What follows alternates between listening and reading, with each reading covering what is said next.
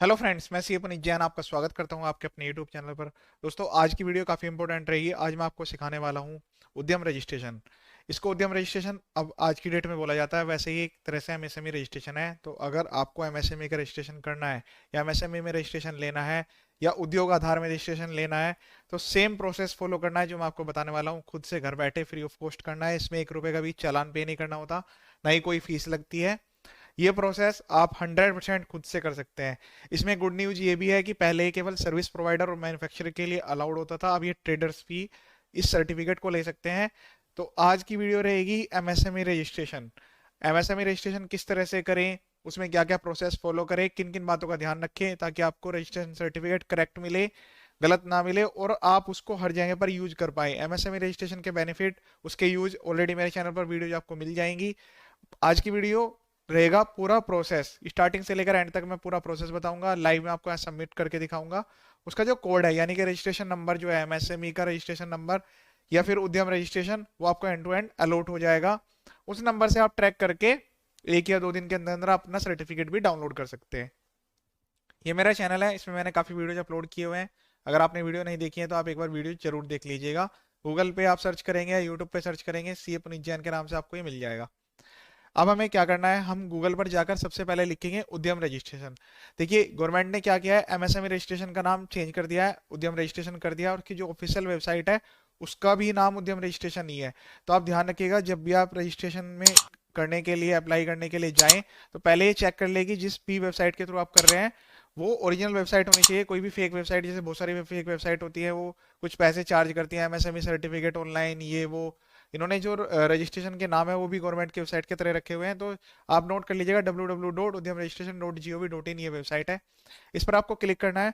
बिल्कुल free of cost है, ना कोई गवर्नमेंट की फीस देनी है ना कुछ देना है। और यहाँ पर हमें क्लिक करना है। अब यहाँ में कहाँ पर क्लिक करना है, सबसे पहले हमें यहाँ पर क्लिक करना है। इसमें कोई रजिस्ट्रेशन बनाने की भी जरूरत नहीं होती है, यहाँ पर कोई रिक्वायरमेंट नहीं है, जरूरत किसी भी तरह से नहीं है। यहाँ पर आपका आधार कार्ड नंबर यहाँ पर डालना होता है और नेम यहाँ पर आपको एंटर करना होता है। सेम जो आधार कार्ड में लिखा हुआ है उसको नंबर यहाँ पर एंटर करेंगे, आधार नंबर को, और फिर उसके बाद वैलिडेट पर क्लिक करेंगे। इस तरह से यहाँ पर एक ओटीपी जाएगा आपके रजिस्टर्ड मोबाइल नंबर पर। वहां से आपको ओटीपी एंटर करते हुए वैलिडेट करना है डाटा को। फिर नेक्स्ट पे हम क्या करेंगे, पैन नंबर एंटर करेंगे, क्योंकि उससे आईटीआर का वेरिफिकेशन होता है। आपका जो टर्नओवर है, उसका जो क्राइटेरिया है, वो ऑटोमेटिकली यहाँ पर जो है रिफ्लेक्ट होता है। नेक्स्ट स्टेप में आपको क्या करना है, यहाँ पर जो है आपकी जो फर्म है, इसका मतलब है कि आप एज ए प्रोप्राइटर अप्लाई कर रहे हैं या फिर एचयूएफ के लिए करता। क्योंकि जिसका भी यहाँ पर आप आधार कार्ड नंबर यूज कर रहे होंगे, अगर खुद का भी यूज कर रहे हैं, तो उसके लिए आपको ऑथराइजेशन चेक करना होगा कि जिस फर्म के लिए आप ये अप्लाई कर रहे हैं उसमें आपका क्या ऑथराइजेशन रहेगा। प्रोप्राइटरशिप फर्म बनाना चाहते हैं या किसी पार्टनरशिप फर्म के लिए आप कर रहे हो और आधार कार्ड यूज कर रहे हो, तो किसी पार्टनर का यूज होगा, एचयूएफ में करता का यूज होगा, इसी तरह से कोऑपरेटिव सोसाइटी में जिसके मेंबर होंगे किसी भी एक मेंबर का। तो यहाँ पर किसी भी एक पर्सन की डिटेल से वेरीफाई होगी। जैसे प्राइवेट लिमिटेड कंपनी है, उसमें कोई ऑथराइज पर्सन भी हो सकता है, सी सीएफओ, डायरेक्टर, कोई भी हो सकता है। इसी तरह से अलग अलग केस में यहाँ पर आपको ले लेना है। तो हम यहाँ पर प्रोप्राइटर केस में अप्लाई करने वाले हैं, तो हम यहाँ पर प्रोप्राइटर का ही पैन नंबर एंटर कर रहे हैं। पैन को वैलिडेट कराना है, नेम सेम होना यहाँ पर जरूरी है, दोनों का नेम यहाँ पर सेम होना मैंडेटरी है। अब इसके बाद क्या होगा, पैन नंबर तो मैंडेटरी है पर जीएसटी जो है वो मैंडेटरी नहीं रहा है। मतलब अगर आपके पास जीएसटी नंबर है तो आप डाल दीजिए, अगर अदरवाइज नहीं है तो आप उसको रहने दीजिएगा। कोई ऐसी दिक्कत वाली बात नहीं है, क्योंकि इन्होंने एक्सटेंड कर दिया था, एक नोटिफिकेशन के थ्रू उसको एग्जाम कर दिया था। कंटिन्यू पर क्लिक करेंगे तो यहाँ पर मेरे सामने एक पेज आएगा। उस पेज पे अब मुझे कुछ डाटा को यहाँ पर सेलेक्ट करना है। डाटा को सेलेक्ट करते हुए मैं चलूंगा। अब यहाँ पर यह आएगा कि आपने प्रीवियस ईयर की आईटीआर फाइल की है या नो। यस और नो ये ऑटोमेटिकली आएगा यहाँ पर, क्योंकि हो सकता है कि यहाँ पर पिछले साल की आईटीआर आपने फाइल ना की हो, डिटेल्स ऑटोमेटिकली आएगी। अब यहाँ पर आपको बताना है कि क्या आपके पास जीएसटी है, यस नो, या फिर आप एग्जाम्प्ट है। तो हम यहाँ पर एग्जाम्प्ट पर क्लिक करेंगे, जैसा कि मैंने आपको बताया है। मैं अगर आप यस यस नो में कर देंगे क्लिक, अगर यस है तो फिर जीएसटी की डिटेल यहाँ पर एंटर करनी होगी, जीएसटी से डाटा वेरीफाई होगा। तो उससे बेटर तरीका क्या है कि आप जो है, अगर आपके पास जीएसटी नंबर नहीं है और जीएसटी नंबर लेने के लिए आप लायबल नहीं है, तो आप इसको एग्जाम्पल पर क्लिक करें यहाँ पर। ठीक है, ये कुछ इंपॉर्टेंट पॉइंट्स है जो कि आपको यहाँ पर ध्यान रखने हैं। उसके बाद यहाँ पर आपको अपना मोबाइल नंबर और ईमेल आईडी नंबर यहाँ पर एंटर करना है। किसी एंटिटी के लिए आप यूज कर रहे हैं तो उसकी डिटेल यहाँ पर एंटर करनी है। ठीक है, ये कुछ डिटेल्स हैं जो कि यहाँ पर अवेलेबल है, वो एक बार आप चेक कर लीजिएगा कि प्रोप्राइटर केस में किस किस तरह से क्या क्या कैटेगरी आपको सेलेक्ट करनी है, क्या क्या इन्होंने जो कैटेगराइजेशन है ओनरशिप का वो किस किस तरह से लिया हुआ है, किस किस तरह से आपको यहाँ पर यूज करना है। वैसे इसमें कोई सिलेक्शन का पॉइंट नहीं है, बट यहाँ पर इन्होंने लिखा है कि जैसे प्रोप्राइटरशिप एंटरप्राइजेस के केस में प्रोप्राइटर खुद ही यहाँ पर ओनर रहेंगे फर्म के। अब यहाँ पर हम बात करेंगे सोशल कैटेगरी क्या है, तो जिसका हमने आधार कार्ड यूज किया उनके लिए सोशल कैटेगरी की क्या है वो चीज़ आपको यहाँ से सेलेक्ट कर लेनी है। फिर यहाँ पर जेंडर सेलेक्ट कर लेना है, मेल फीमेल वो आप अपने अकॉर्डिंग करेंगे।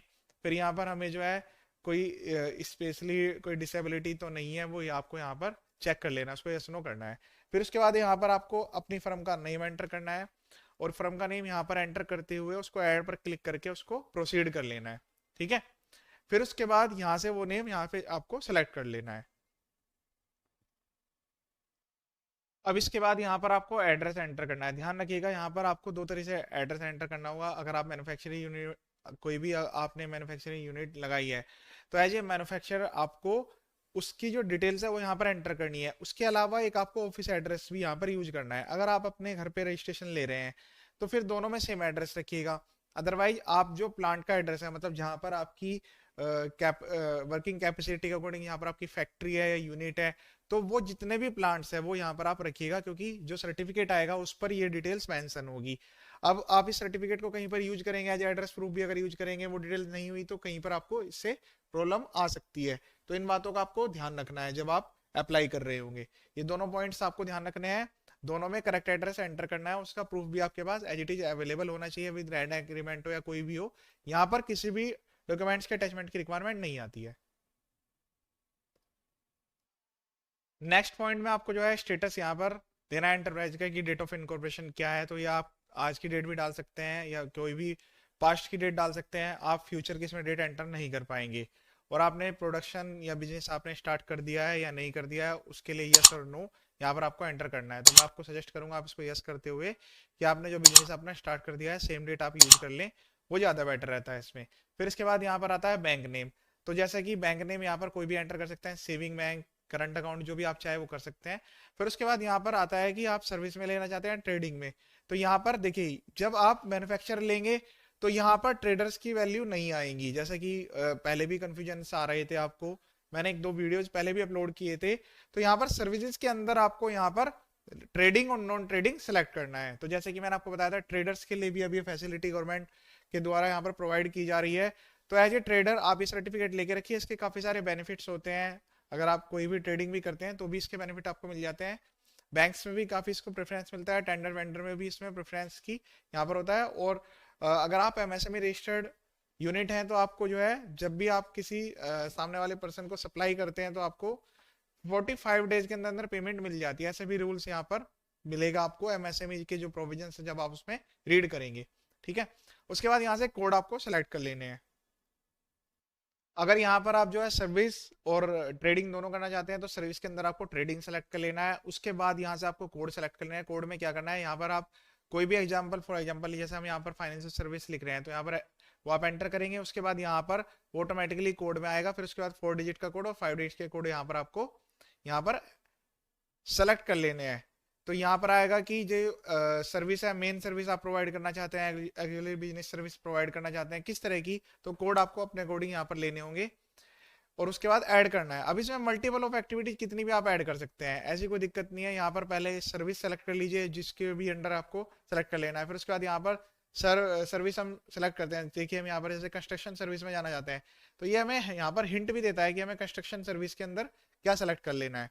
ठीक है, तो यहाँ पर पूरी लिस्ट आपके सामने आती है, इसमें से आप देख लीजिए construction of buildings, construction of roads maintenance, इस तरह से फ्लोटिंग स्ट्रक्चर्स। तो यहाँ पर आप कोई भी एक वैल्यू सेलेक्ट कर लेंगे, फिर उसके बाद जो है फर्दर आपको वैल्यू सेलेक्ट कर लेनी है 4 डिजिट के कोड के अंदर और 3 डिजिट के जो 5 डिजिट के कोड के अंदर। तो 2 डिजिट के कोड के बाद यहाँ पर 4 और 5 के डिजिट के अंदर भी आपको सेलेक्ट करने होंगे। तो यहाँ से आप हिंट के लिए, जैसे हम यहाँ पर अगर ट्रेडिंग करना चाहते हैं तो यहाँ पर अगर मैं लिखता हूँ स्टील, तो इस तरह से यहाँ पर आ जाएगा कि स्टील में किस तरह से आप क्या वैल्यू यहाँ पर प्रोवाइड करने वाले हैं। तो वो चीजें आप यहाँ को आपको यहाँ पर अपने अकॉर्डिंग लेनी है 1 बाय 1 करके और उसको ऐड करते जाना है। सिंपल सा प्रोसेस, में ज्यादा कुछ टफ वाली बात नहीं है। अगर आपको ट्रेडिंग में करना है तो ट्रेडिंग सेलेक्ट करते ही यहाँ पर आपको मिल जाएगा wholesale retail trade off motor vehicle, ये इसको अलग कैटेगरी में रखा गया है। अदर देन मोटर व्हीकल यहाँ पर अलग रखा गया है, और रिटेल ट्रेड। तो जैसे आपने ये सेलेक्ट किया, फिर उसके बाद कौन सा आप यहाँ पर काम करना चाहते हैं। रिटेल में काम करना चाहते हैं तो उसके अंदर काफी सारी लंबी लिस्ट दी गई है, इसमें से कोई भी आप सेलेक्ट कर सकते हैं। काफी सारे मॉड्यूल्स यहाँ पर प्रोवाइड किए गए हैं, तो इसके अंदर आपका बिजनेस जरूर 100% कवर हो जाएगा। अगर नहीं कवर हो रहा है तो अदर सेलेक्ट करते हुए सर्विस के अंदर आप अदर्स में भी डाल सकते हैं, कोई दिक्कत वाली बात नहीं है। अब नेक्स्ट में आता है कि नंबर ऑफ एम्प्लॉई। तो यहाँ पर मैं आपको बताना चाहूंगा, यहाँ पर 10 से कम रखिएगा, क्योंकि अगर आपने 10 से ज्यादा रख दिया तो आपको ईएसआई पीएफ का नोटिस आ जाएगा। ईएसआई पीएफ का कंप्लायंस करना मैंडेटरी होता है। तो यहाँ पर 2 या 3 रख लीजिए, कोई सी दिक्कत नहीं है स्टार्टिंग में। अब आप नया बिजनेस स्टार्ट कर रहे हैं तो कोई ऐसा जरूरी भी नहीं है कि आपके पास बहुत सारे एम्प्लॉई होंगे। तो इस बात का ध्यान रखिएगा कि 10 से कम ही कम आपको रखना है, टोटल मिलाकर मेल फीमेल सारे मिलाकर, मेल फीमेल अदर्स। तो यहाँ पर आपको ये चीज का ध्यान रखना है। अब यहाँ पर जो है पैन के अकॉर्डिंग जो WDB है वो लास्ट ITR से ऑटोमेटिकली आती है। अगर आपकी WDB यहाँ पर नहीं आ रही है तो इसका मतलब ये है कि आप नया बिजनेस स्टार्ट करने वाले हैं। अगर आपने ITR फाइल करी हुई है, ITR 3, 5, 6, ITR 4, तो यहाँ से ऑटोमेटिकली ये फैसिलिटी प्रोवाइड करता है कि वहां से WDB लेके आता है। GSTN के बेस पे अगर आपने कोई एक्सपोर्ट किया है, कोई अदर सर्विस प्रोवाइड किया है या फिर टर्नओवर किया है, तो ये वैल्यूज ऑटोमेटिकली यहाँ पर आती है। ये फैसिलिटी यहाँ पर प्रोवाइड की जाती है क्योंकि सभी पोर्टल को आपस में लिंक किया गया है। अब यहाँ पर अगर आपने ITR भी फाइल नहीं की है, आपका GST में रजिस्ट्रेशन भी नहीं है, तो आप यहाँ पर अपने अकॉर्डिंग डाल दीजिएगा। अगर वैल्यू 0 है तो 0 डालिएगा। अगर आप नया बिजनेस कर रहे हैं तो 0 डाल दीजिएगा, कोई ऐसी ओपनिंग में कोई वैल्यू नहीं है। अभी आप नया बिजनेस स्टार्ट कर रहे हैं, टर्नओवर भी कुछ नहीं है, तो भी आप 0 डालिएगा। तो ये चीज ध्यान रखनी है आपको कि आपको डाटा यहाँ पर सही तरीके से एंटर करना है। एक पॉइंट ये आता है कि अगर आप जैम पोर्टल पर, जहाँ से गवर्नमेंट टेंडर के लिए वैल्यूज निकलती हैं, यहाँ पर गवर्नमेंट टेंडर्स निकलते हैं, वहां से आप सबमिट करना चाहते हैं, तो ई जैम पोर्टल पे आप रजिस्ट्रेशन करना चाहते हैं, फिर ट्रेड्स के पोर्टल पर भी जहाँ पे आपको टेंडर फाइल करने हैं या फिर कोई ट्रेड लेना है, तो ये वैल्यूज अगर आपको यहाँ से रजिस्ट्रेशन के टाइम पे ही आप भर देते हैं तो ये इनका भी लॉगिन आईडी पासवर्ड आपको मिल जाएगा। बट ऐसा नहीं है कि पूरी डिटेल्स ऑटोमेटिकली आएगी, क्योंकि देखिए यहाँ पर ये जो MSME का रजिस्ट्रेशन है उसमें लिमिटेड डिटेल्स मांग रहा है। हो सकता है कि जो जैम पोर्टल है उसमें कुछ वाइड डिटेल्स एंटर करनी हो। मेरे चैनल पर आपको जैम रजिस्ट्रेशन कैसे करना है, जैम पोर्टल पर ट्रेड्स पर कैसे रजिस्ट्रेशन करना है, उसके लिए वीडियो मिल जाएगी, बट उसमें काफी डिटेल्स अलग से प्रोवाइड करनी होती है, तो कोई फायदा नहीं है। आप इसको नो कीजिएगा क्योंकि इसमें डिले ही होने वाला है। जिस काम के लिए हम जो चीज अप्लाई कर रहे हैं, पहले हम उसका रजिस्ट्रेशन ले लेते हैं, फिर बाद में हम उसको रजिस्ट्रेशन करा लेंगे, कोई ऐसी दिक्कत नहीं है। तो कंप्लीट फॉर्म था, छोटा सा फॉर्म था, मैंने आपको पूरी डिटेल्स बताई है। अगर आप ये खुद से करेंगे तो 5 मिनट से ज्यादा इसमें नहीं लगनी है, मैंने आपको समझाया भी है, इसलिए वीडियो थोड़ा यहाँ पर हो सकता है कि 5 मिनट से ज्यादा का हो। अब बस कुछ नहीं करना है, सारी डिटेल्स अगर ओके है तो सबमिट पर क्लिक करके फाइनल OTP लेना है और सबमिट कर देना है। अब जैसे कि आप यहाँ पर देख सकते हैं कि इस तरह का मैसेज आएगा जब आप सबमिट कर देंगे डिटेल्स। तो ये नंबर आपको नोट करके रख लेना है, ये आपका उद्यम रजिस्ट्रेशन का नंबर है, एंड टू एंड जनरेट हो गया है। और अगर आपको कहीं पर यूज करना है, बैंक में देना है किसी भी तरह से, तो आप इसको प्रोवाइड कर सकते हैं, कोई दिक्कत नहीं है। बट सर्टिफिकेट हो सकता है 1-2 दिन में आपका जनरेट हो, क्योंकि हैंड टू हैंड ये सर्टिफिकेट जनरेट नहीं होता है। उसके बाद हमें ओके पर क्लिक कर देना है और डिटेल्स को हमें यहाँ पर आपके पास सामने मैसेज आएगा, इसको प्रिंट आउट करके आपको रख लेना है, ठीक है। और यहाँ पर इन्होंने डिटेल्स भी दी है कि पैन नंबर तो 100% मैंडेटरी है। अगर पैन नंबर आपने वहाँ पर रजिस्ट्रेशन पे अप्लाई नहीं किया है या वैलिडेट नहीं हो पाता है तो रजिस्ट्रेशन आपका कैंसिल भी हो सकता है। GSTN मैंडेटरी नहीं है, ये केवल मैसेज आता है, इसको आप छोड़ दीजिएगा। बाकी ये आपका रजिस्ट्रेशन नंबर है, इसको आप नोट कर लीजिएगा। इसके थ्रू ही हम यहाँ से फिर प्रिंट सर्टिफिकेट पर प्रिंट करेंगे। बिल्कुल सिंपल सा प्रोसेस है। प्रिंट उद्यम सर्टिफिकेट पर क्लिक करना है, ये नंबर डालना है, ईमेल आईडी मोबाइल नंबर पर OTP आएगा, सर्टिफिकेट जनरेट हो जाएगा। डाउनलोड करके प्रिंट आउट निकाल लीजिएगा, कलर प्रिंट करके उसको लैमिनेट करा लीजिएगा। यही आपका फाइनल MSME रजिस्ट्रेशन है, इसको उद्यम रजिस्ट्रेशन कहते हैं आज की डेट में। तो दोस्तों एक छोटा सा वीडियो था, अगर वीडियो पसंद आए तो इसको शेयर कीजिएगा। इसके अलावा मेरे चैनल को आप सब्सक्राइब कर लीजिए, प्लेलिस्ट में काफी सारी वीडियो है, एक बार आप इसको देख लीजिएगा। इसमें 100% आपके बेनिफिट के लिए काफी वीडियो अपलोड की गई है। ये वाली वीडियो देखने के लिए थैंक यू सो मच।